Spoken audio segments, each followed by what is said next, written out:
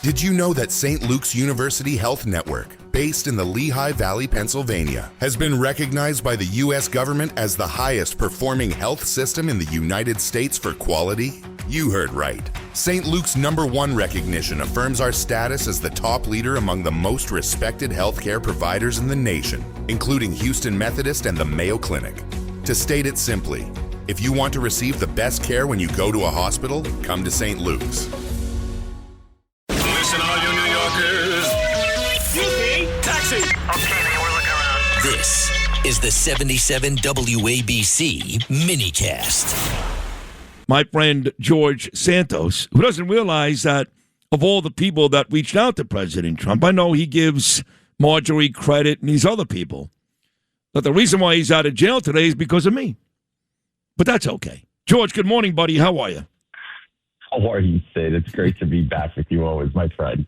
I love your enthusiasm every morning, I gotta say. Thank you. Are you still listening from down in Florida? So I've been in Pennsylvania still. We'll be down there only in the winter. So for now we're up here. Okay, and you want to tell us where in Pennsylvania? Is it a nice area? Or? A nice area, northeastern Pennsylvania. How about that? Very nice. Very nice. So do you miss, I know you left Mom Donnie won, and believe me when I tell you that I consider leaving all the time. I mean, the truth is I'm about to extend my deal here, and I love this radio station. I love John. I love Margot. I love Chad, and I love New York. But I watch this mayor operate, and if Bruce loses to Hochul, I consider leaving every day. I can make a lot of money doing this in nice places like Miami. They'd pay me in a heartbeat, or Nashville, or the Carolinas. So I'm still here, but you left. You did leave.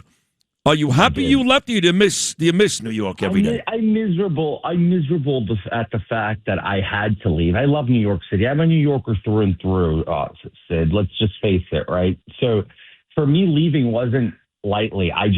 For me, I cannot accept that I have to live under the rule of someone like Zoran Mandami, which, by the way, is going to make life exceedingly worse for New Yorkers if he continues to attack people like Ken Griffin. I don't think he realizes this, and I'm going to say this for people who don't know this. There are 69 human beings in New York State who make up 40% of the tax revenue, and Ken Griffin is one of them. If you start running out these 69 human beings out of the state, you're going to have to take that 40% shortfall and redistribute it amongst the rest of New Yorkers, which, by the way, that's millions of people. 69 people take off 40% of the burden off the backs of millions of New Yorkers. And this is what this idiot mayor keeps doing. So I don't regret leaving, but I resent leaving because I love my city and I love my state. But I unfortunately couldn't bear to sit around and wait to find out what this lunatic was actually going to do. No, it's going to get a heck of a lot worse. He's only a couple of months into a 4-year deal here. If he doesn't win again, I don't know. I mean, I'm considering running in 2029. I get people every day, from Trump people to my next guest, KT McFarland, you name it. I mean, big-time people that Bruce Blakeman is dying for me to run. But the truth is, I'm not sure if I will, but I don't know if this city is going to make it 4 years, let alone 8 years. And you're talking about, getting people like Ken Griffin to leave, and you left George Santos. He's also anti-cop. We know that. And he is the first mayor who will not be attending the Israeli Day Parade next week. Now, I'm happy about that because I'm watching that parade every year, and he's the last person I want to see. I don't want to see some terrorist lover marching with us as if he cares about the Jewish people. He hates the Jewish people. He hates Israel. I actually applaud him for not coming, but when you think about it, the first mayor not to be at the Israeli Day Parade, it's just another on the list of things that says to you, this guy does not belong being the mayor of this great city. No, not at all. He lacks the temperament, he lacks the intellectual IQ, and he lacks the political maneuver. Look, I will say this, Bruce Blakeman should be thanking the high heavens today that he is mayor, because he is putting Kathy Hochul in a corner, and she's going super lefty-defty all the way to the left, giving Bruce an opportunity to show her true colors. So he's doing for Bruce what Adams couldn't do for Zeldin. So I think it's a great opportunity, and that I will say this. If we do get Governor Blakeman in New York State, I would send a thank you note and a fruit basket to Zohran Mamdani's office. I think you're right. So, it's not a secret, George, that a lot of the folks, the politicians on Long Island, had their issues with you, okay? Some of my really close friends. Was Bruce Blakeman one of those guys? How did you guys get along? Look, I've always gotten along with all of them until it wasn't politically convenient. And I understand. I'm mature enough to understand. Yeah, I get it. Everybody, we were all friends. And then, unfortunately, I was my worst enemy. And I think I've made that abundantly clear here. A lack of self-awareness, a lack of maturity, a lack of responsibility led for me to create those relationships going sour. So I get it. I don't hold it against them. I probably would have done the same thing had the shoe been on the other foot. So politics is a game of, political conveniences. And obviously somebody who's literally a ball of fire falling down, crashing and burning is going to bring anything that attaches itself to it with them. So I don't blame them. And you know what? At the end of the day, we need them to stay in office so that we can maintain majorities in the House. You just heard what President Trump said in that clip you played. He's not wrong. So, no, I get it. It sucks. I did it myself.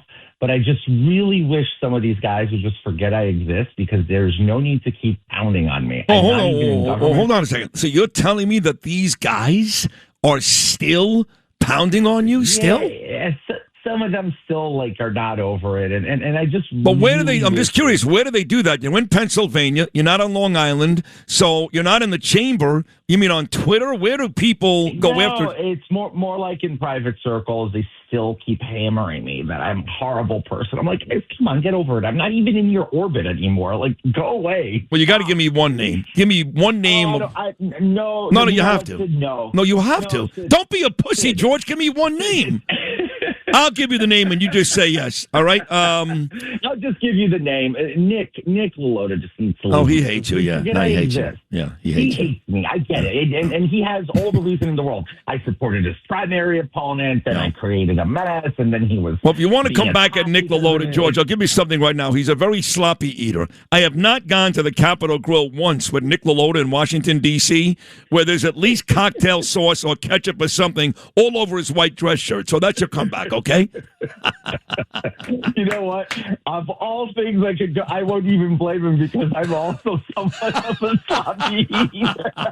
The truth is, you're both very nice guys. I like Nick a lot, and I like you a lot. You did what you did. You were accountable. You went to prison, and thank God President Trump sent you home. But I think you're a nice guy, and I think you did really take accountability and learn your lesson. But you heard Trump, as you just pointed out. By the way, any of those guys come around? Like one guy that said, "Okay, I was against you, but now I'm for you." Even one?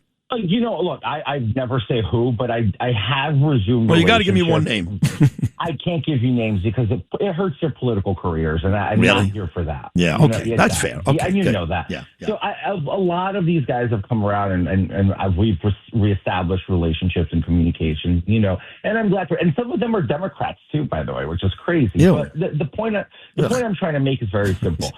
I have no animosity towards these guys. Maybe if you go on my Twitter, you'll see that the one person I hate these days is John Thune. But that's really about it. Right. I just let it go. Well, you need to explain. You need to explain to the listening audience, and I know why, but why you hate the Senate Majority Leader John Thune so much. John Thune is not just incompetent; he's irresponsible, and he's gambling with national security right now. Recessing the Senate for a month and not passing any kind of reconciliation to fund DHS, which means CBP and ICE, in the middle of a worldwide event, which is FIFA World Cup, that's starting soon, okay? We're going to be seeing millions upon millions of people entering our nation. We're going to see gatherings of tens of thousands around stadiums and hundreds of thousands conglomerated in cities of those host games. And we are not paying our CBP, our ICE, and DHS has a shortfall in funding. That is criminal behavior, exposing us to mass amounts of national security risks, especially taking into the account that we've had 20 plus million people enter this country unvetted during the regime of the autopen, Joe Biden. And then on top of it all, he doesn't pass the SAVE Act, and he's mad and upset and pouting like a child, a man baby, because President Trump defeated Bill Cassidy and is about to defeat John Cornyn in primaries. Two senators who have overstayed their welcome, forgot the mission to the American people, and are not allies of the president. And the president is the leader of the party. He is entitled to choose who he endorses against people who are not playing ball with him.